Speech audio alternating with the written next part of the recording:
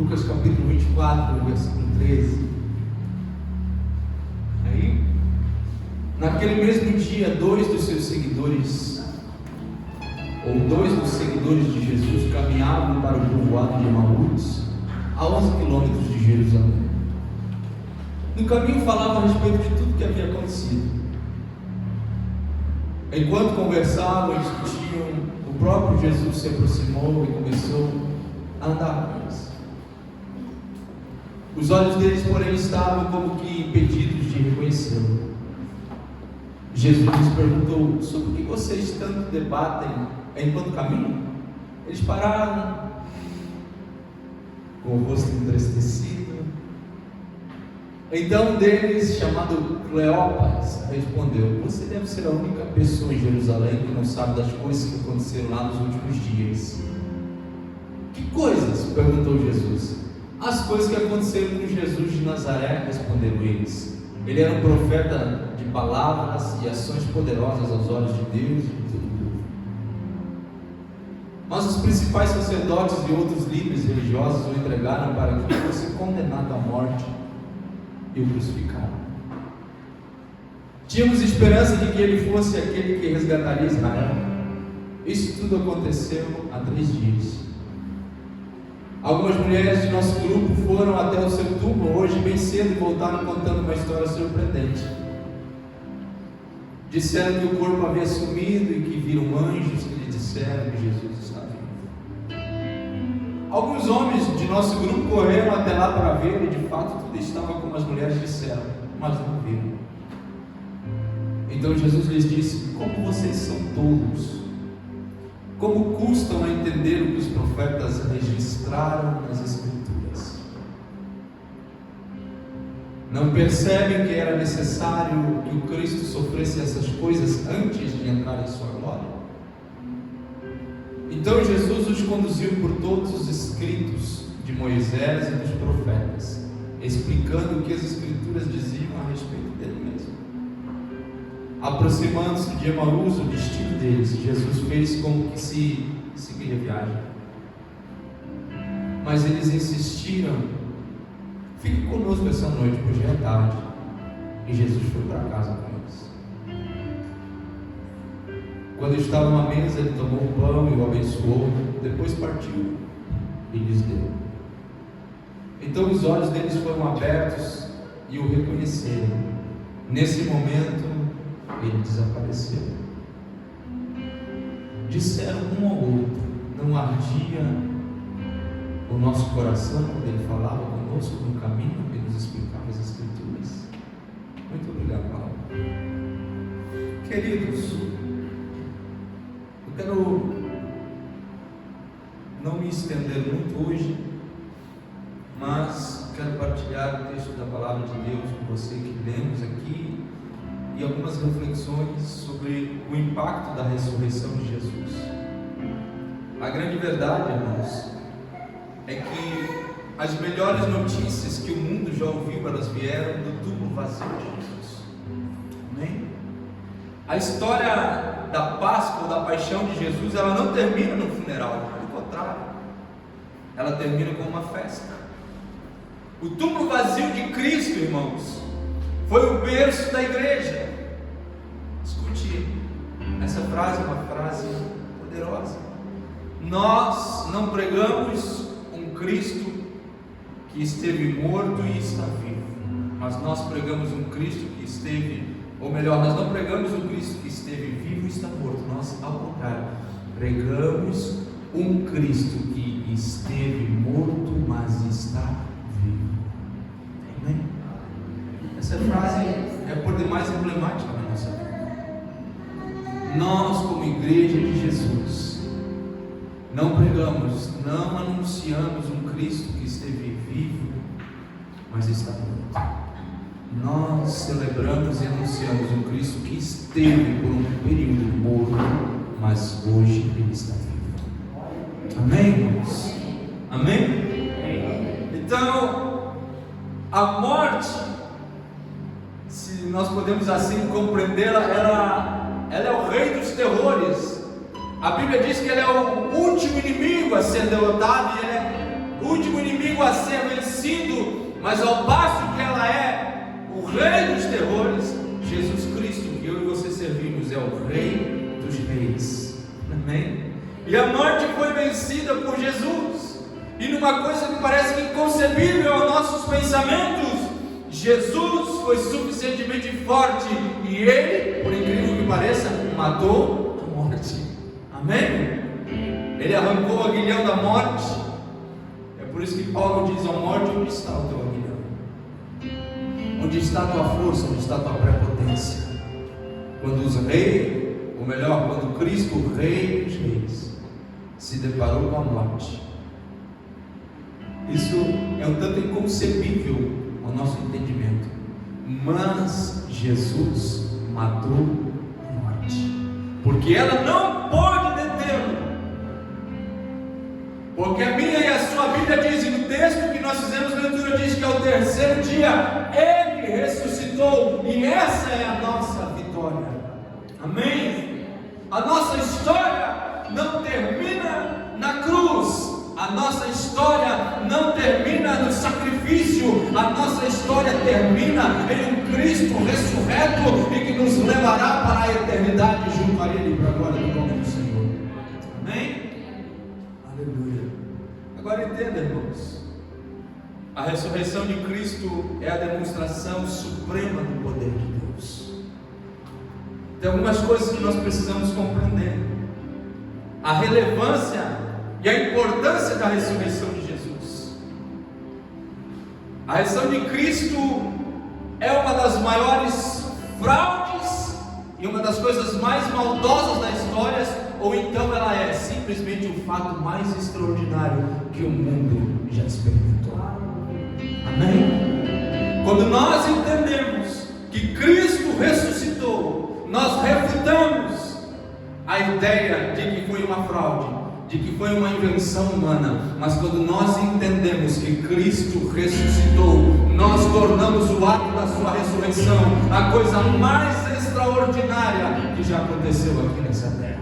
Amém, irmãos? Sabe, a morte, nós não celebramos Jesus por conta da sua morte. Muitos outros mártires também entregaram a sua vida por amor a Cristo. A grande diferença é que só Ele ressuscitou, para a glória do nome do Senhor Jesus. Amém? Então nós estamos aqui esta manhã reunidos e celebrando não a morte de Jesus apenas, mas celebrando a sua ressurreição. Amém? Celebrando a ressurreição de Jesus. Santo Agostinho dizia que a ressurreição de Cristo e o cristianismo permanecem em pé ou caem juntos. Sem a ressurreição de Cristo, o cristianismo seria apenas uma religião vazia de esperança, um museu, ou melhor, um museu de relíquias do passado. Mas Jesus ressuscitou.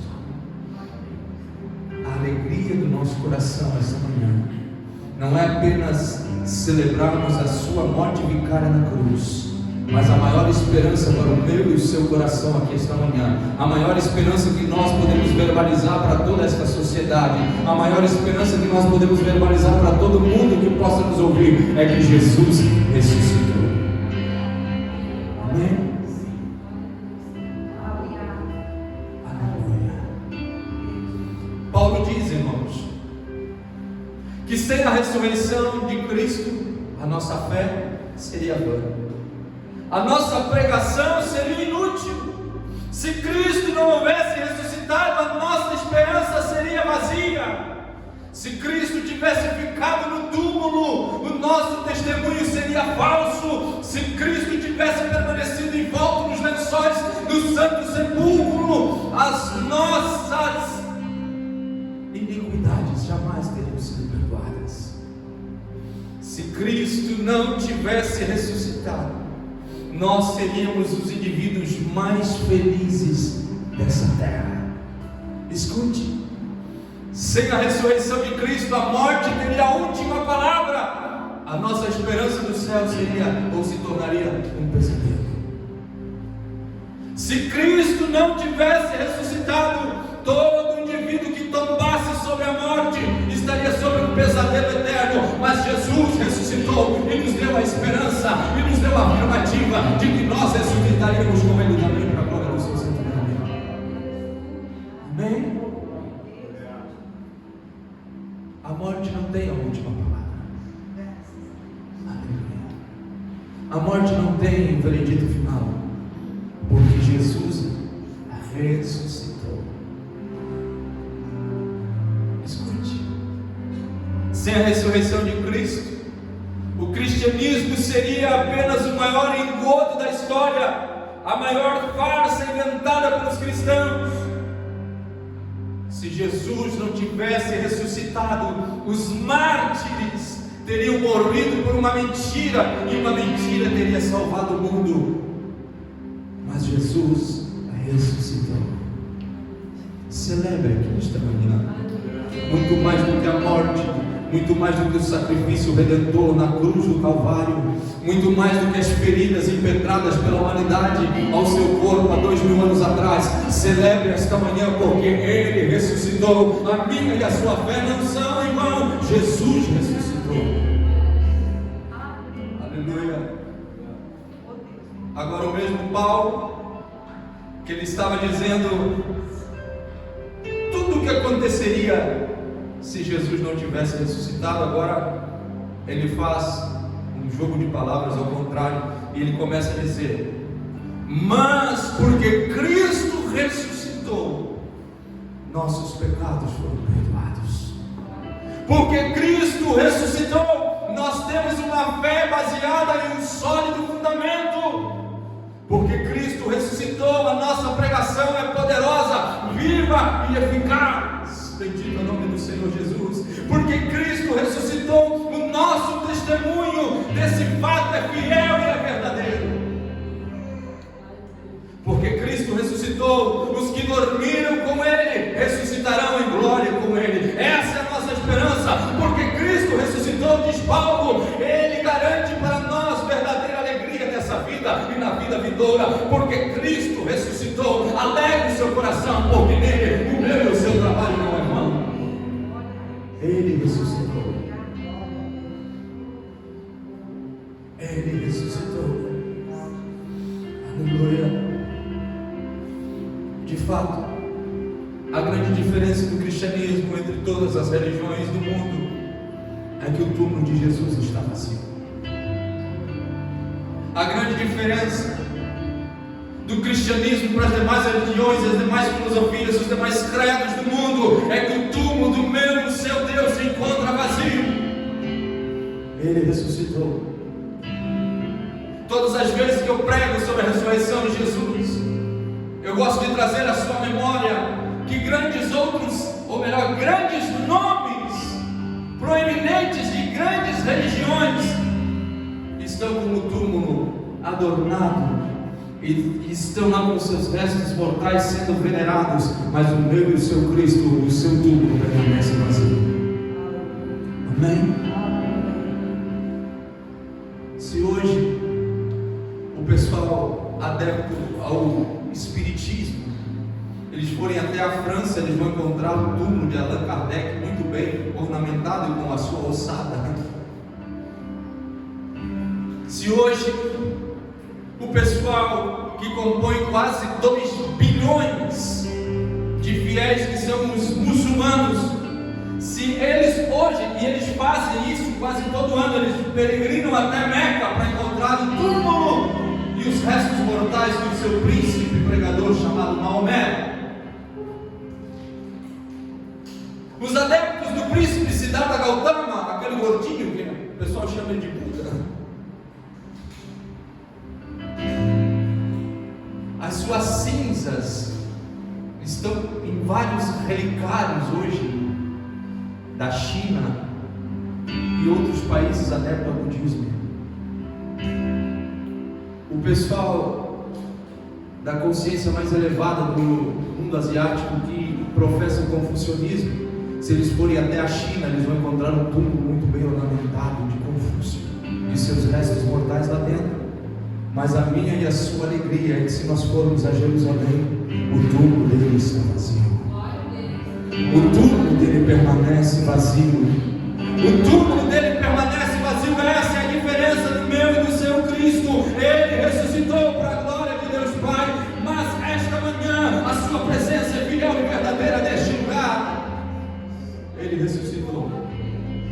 Ele ressuscitou. Levante a sua mão esta manhã e adore ao Senhor, agradeça a Ele, porque Ele vive, Ele ressuscitou. Escute, irmãos, a ressurreição de Jesus era um fato histórico. Existiam muitas tentativas de comprovar o contrário. Primeiro, se criou uma especulação entre os judeus dizendo que ele não chegou a morrer na cruz e que ele estava apenas desmaiado sobre o efeito, e aqui o inimigo cai por terra. Sabe aquela bebida que eles tentaram dar para Jesus com ensopo na cruz? Aquele era um composto alucinógeno, e se Jesus tivesse tomado aquele trem, poderia ser que ele estivesse apenas desmaiado mesmo. Mas Jesus não o fez.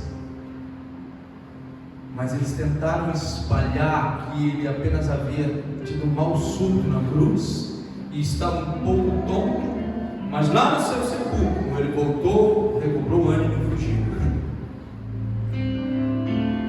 Essas histórias varreram a Palestina. Eles disseram aos discípulos, ou melhor, eles disseram à sociedade que os seus discípulos roubaram o corpo do seu mestre para validarem a sua fé. E um dos absurdos, eles disseram que as mulheres foram no túmulo errado. Irmãos, só que se você pensa em fake news, pensa nas fake news bem elaboradas nesse período. As pessoas, a Bíblia diz que aos soldados que estavam naquele lugar, chamaram eles e lhe deram uma boa quantia de dinheiro para que eles pudessem divulgar essas fake news, dizendo assim: não, ele levantou e fugiu, dizendo não foi bem assim. E aí começou burburos e ninguém sabia certo o que era. Uns diziam ele fugiu, outros diziam os discípulos roubaram o corpo dele, outros diziam as mulheres foram no túmulo errado. Mas o fato é que Jesus ressuscitou. E ele começa a comprovar a veracidade da sua ressurreição. Ele aparece a Maria Madalena, ele aparece às mulheres do Santo Sepulcro, ele aparece a Pedro, ele caminha agora com os 2 discípulos que estão indo para a cidade de Emaús. Ele aparece a Tomé e mostra os cravos, as feridas que foram feitas através dos cravos na cruz. Ele aparece aos apóstolos que estavam no mar da Galileia, e ele começa a fazer as suas aparições históricas para comprovar a sua ressurreição. E ele aparece a uma multidão de mais de 500 irmãos. Ele aparece a Tiago, ele aparece a Estevão, e por fim, já ressurreto, ele aparece a João na ilha de Patmos. Aleluia, bendito é o nome santo do Senhor. E quando João pergunta quem é, ele diz: é fiel testemunho, o primogênito entre os mortos, o príncipe dos reis da terra. João, eu sou aquele que vos amei, e com meu sangue vos comprei de todo o vosso pecado. E vocês são para mim hoje particularmente reis e sacerdotes, e eu constituí vocês para a cidade do meu Deus. E João recobra o ânimo e diz: a Ele a honra, a glória e o domínio de eternidade a eternidade, porque Ele é o Senhor. Jesus ressuscitou. Irmãos, mais do que um fato histórico, a ressurreição de Jesus é um fato extremamente psicológico. Você vai ver uma coisa: quando Jesus está morto, os discípulos jogaram a toalha. Emocionalmente, psicologicamente, eles foram derrotados. Eles deixaram de acreditar em tudo o que eles haviam ouvido, escutado de Jesus. Eles estavam acabados, derrotados emocionalmente. Agora o fator psicológico, o fator surpresa, o elemento surpresa da ressurreição de Jesus incendiou as emoções e o psicológico daqueles discípulos novamente. E eles tornaram-se ousados, valentes, poderosos no testemunho, enfrentaram ameaças, açoites, prisões, mortes, martírio, sem jamais recuar. Eles não teriam morrido por uma mentira, irmãos. A mudança dos discípulos é uma prova incontroversa da ressurreição de Jesus. E aqui eu quero abrir um parênteses para verbalizar algo à sua vida. Quando eu e você estamos vivendo apáticos, quando as nossas emoções estão nos sugando, quando nós não temos reação alguma diante da vida, é porque as evidências da ressurreição de Jesus ainda não estão sendo reais e plausíveis na minha e na sua vida. Porque quando nós acreditamos que Jesus ressuscitou, nós somos cobertos de ousadia, nós marchamos com o nosso testemunho, nós verbalizamos acerca dele, nós testemunhamos a nossa fé, nós dizemos ao mundo que ele ressuscitou e que ele muda a história de vidas, de nações, de famílias. Quando nós compreendemos o efeito da ressurreição de Jesus, a nossa vida ganha um novo ânimo, a nossa vida ganha uma nova dose de emoção, para que nós saiamos da nossa apatia, que nós estamos sucumbindo muitas das vezes. Esta manhã, o Espírito Santo do Senhor está dizendo para você: viva o efeito da ressurreição de Jesus, e ele anima as tuas emoções.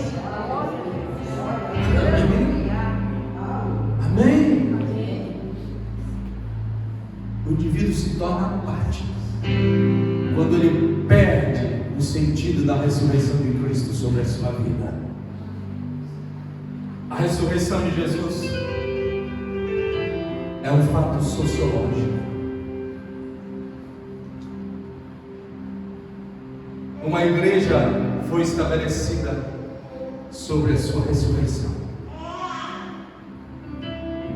A sociedade foi moldada pela sua ressurreição.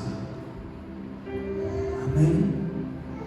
Uma sociedade inteira foi moldada pela sua ressurreição. A ressurreição de Jesus é um fato sociológico. É por isso que em Apocalipse, no capítulo 5, versículo 9, ele diz: ei, ele foi aquele que com seu sangue comprou para si povos de todas as línguas, tribos e nações. Bendito é o nome santo do Senhor Jesus. A nossa vida, a nossa sociedade como conhecemos hoje, é fruto da ressurreição de Jesus. Amém? Agora entenda, e vamos voltar ao texto sagrado que nós lemos. Os discípulos, antes de receber esse impacto da ressurreição de Jesus, aqueles dois que estavam caminhando, os seus olhos estavam cegos a despeito da proximidade de Jesus. Gente, eles estavam caminhando do lado de Jesus, mas não viam quem era Jesus. Eles estavam caminhando ao lado e não percebiam. Muitas vezes nós caminhamos pela vida vencidos, como se a morte tivesse a última palavra e como se Jesus não tivesse ressuscitado, embora Ele está ao meu e ao seu lado. Quanto tempo nós temos caminhado com Cristo ao nosso lado? 10, 20, 30 anos, e às vezes não damos conta que é Ele que está ao nosso lado, e às vezes não percebemos que é o próprio Cristo que está caminhando conosco. Sabe por que isso? Eu volto a dizer para você, é porque nós não permitimos o impacto da ressurreição trazer o efeito necessário sobre a nossa vida. Mas Jesus está aqui esta manhã. A sua bondade está aqui esta manhã.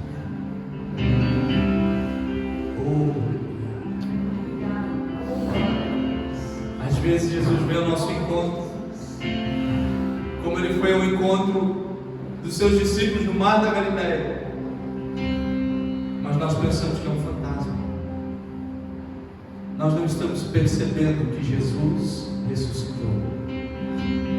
Nós nos assustamos às vezes com a hipótese de Jesus estar vindo ao nosso encontro. Amém? Nós nos nos assustamos às vezes com a hipótese de Jesus estar fazendo o que precisa ser feito na nossa vida. Eu me lembro uma das vezes que o João estava internado.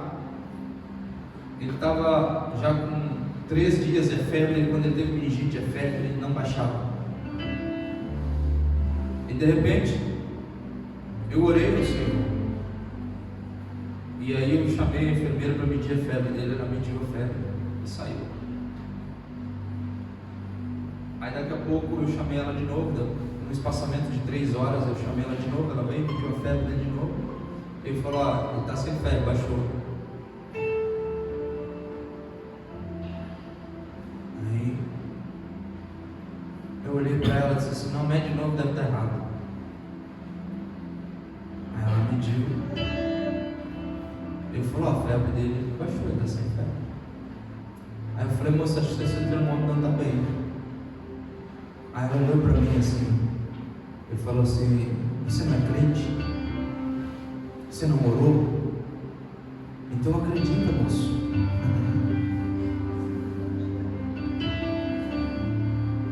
Às vezes nem nós acreditamos que Jesus está do nosso lado. Às vezes nem nós acreditamos que Jesus está aqui. Às vezes nem nós nos damos conta que Ele está caminhando junto. E nós ficamos sofrendo, se debatendo, e Jesus está dizendo: eu estou aqui.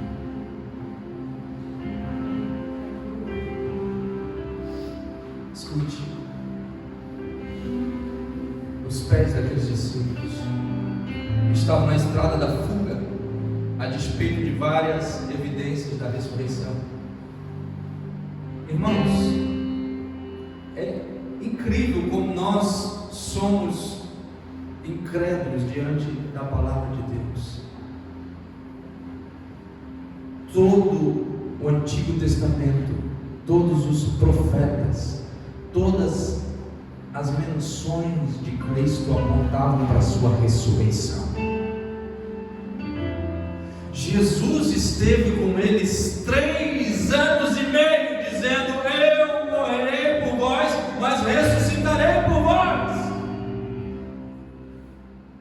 3 anos e meio tomando café, almoçando e dormindo com Jesus, e Jesus dizendo: olha, eu vou padecer, mas ao 3º dia eu vou ressuscitar. Não foi suficiente.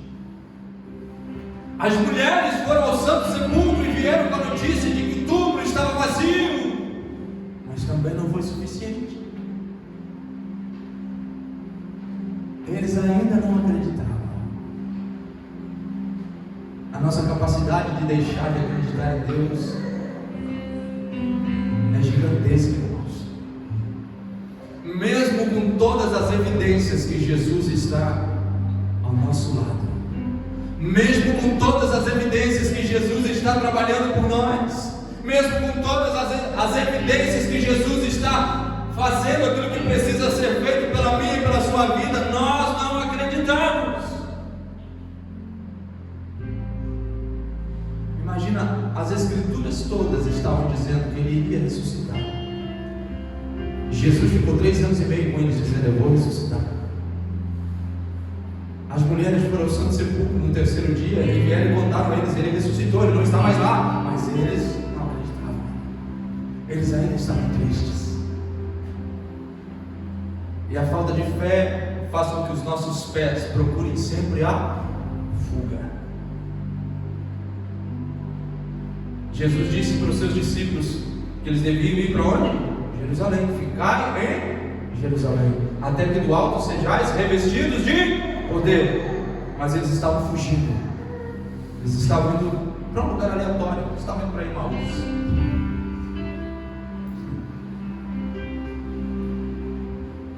Quando nós não temos evidências suficientes da ressurreição de Jesus na nossa vida, nossos pés sempre buscam a fuga. Nossos pés sempre buscam uma outra alternativa, um outro caminho. Nossos pés sempre buscam algo a se fazer. Mas Jesus ressuscitou. E Ele quer nos buscar de volta para o seu caminho. Ele Ele quer nos buscar de volta para o seu caminho. Tem muita gente que vive um projeto de vida assim. A sua história termina na sexta-feira da paixão. Escute. Na sexta-feira da paixão e não no domingo da ressurreição. Fazem totalmente o contrário.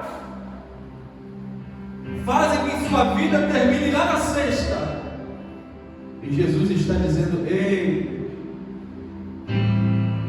a nossa história não começa aqui, ela começa no domingo da ressurreição. Porque se Cristo não tivesse ressuscitado, a nossa fé seria vã. Amém? Escute. Os pés dos discípulos reverberavam que o seu coração estava tomado de profunda tristeza. Eles estavam tristes quando deveriam estar exultando de alegria. Você já parou para pensar quantas vezes a nossa vida é uma via sacra de lamento, de dor, de sofrimento, de reclamação, de tristeza, de depressão? Sabe por quê? Porque nós não tomamos posse do poder da ressurreição de Jesus na nossa vida. A vida cristã é uma vida de esperança e de alegria. A vida cristã precisa carregar a alegria do domingo e não a tristeza da sexta-feira. Amém? Tem crente que vive a vida inteira presa na sexta-feira, com a sua vida amarrada na sexta-feira. Ei, o Espírito Santo de Deus está dizendo para você que hoje, esquece, deixe para trás o sofrimento, a dor e a amargura da sexta-feira e viva o domingo da ressurreição, o domingo da alegria, o domingo da esperança, o domingo do conforto. Aleluia. Eles estavam com o coração cheio de esperanças frustradas. Escute isso que eu vou ler para você aqui, do meu esboço. O caminho de Emaús é o caminho da desistência do discipulado. O caminho de Emaús é o caminho da desistência dos nossos sonhos. O caminho de Emaús é o caminho da esperança morta. O caminho de Emaús é o caminho da falência dos nossos projetos. O caminho de Emaús é o caminho daqueles que acham que não tem mais jeito, daqueles que decidem abandonar, daqueles que perderam totalmente a esperança, daqueles que pensam em viver uma vida aleatória à vida que Cristo desenhou e projetou para ele. O caminho de Emaús é o caminho quando nós tomamos, a partir do momento que desistimos dos nossos sonhos, dos nossos projetos, de tudo aquilo que o nosso coração pulsa. O caminho de Emaús é o caminho que nós tomamos quando nós estamos dizendo para Deus: eu desisto, eu não quero mais. O caminho de Emaús é o caminho que nós tomamos quando nós dizemos para nós mesmos: eu não acredito mais. A boa notícia que eu tenho para você aqui